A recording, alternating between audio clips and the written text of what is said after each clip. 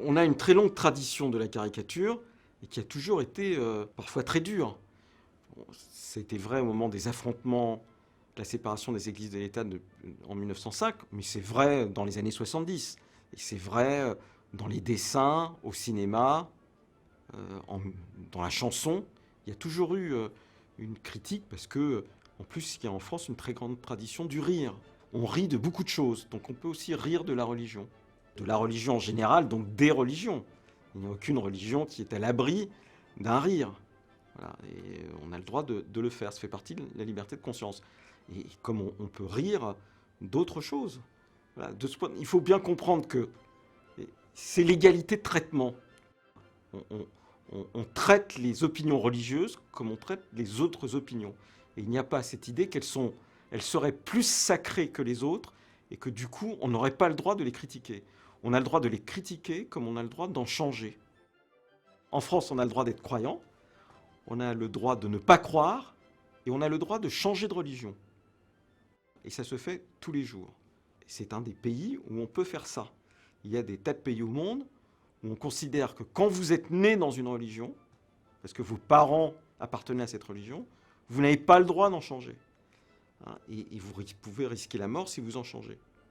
En France, on a le droit, parce que c'est la liberté de conscience qui est individuelle.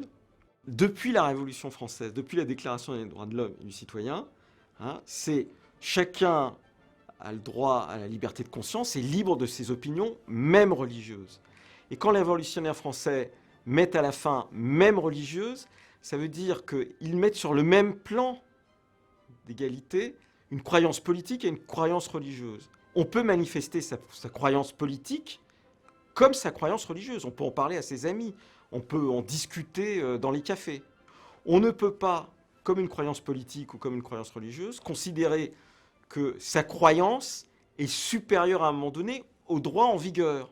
Et vous ne pouvez pas dire, par exemple, quand vous avez une croyance politique, ben moi, mon idée politique, c'est celle-là, ce qu'a voté le Parlement, je m'en moque. Et c'est pareil pour la religion. Donc, il y a égalité de traitement des croyances. Il n'y a pas l'idée que la croyance religieuse devrait avoir un traitement particulier par rapport à d'autres croyances.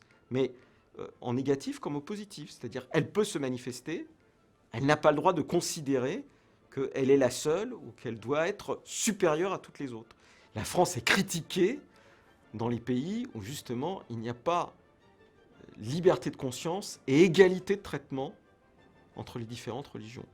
La France est un pays où n'importe quelle religion peut, si elle le souhaite, construire un lieu de culte.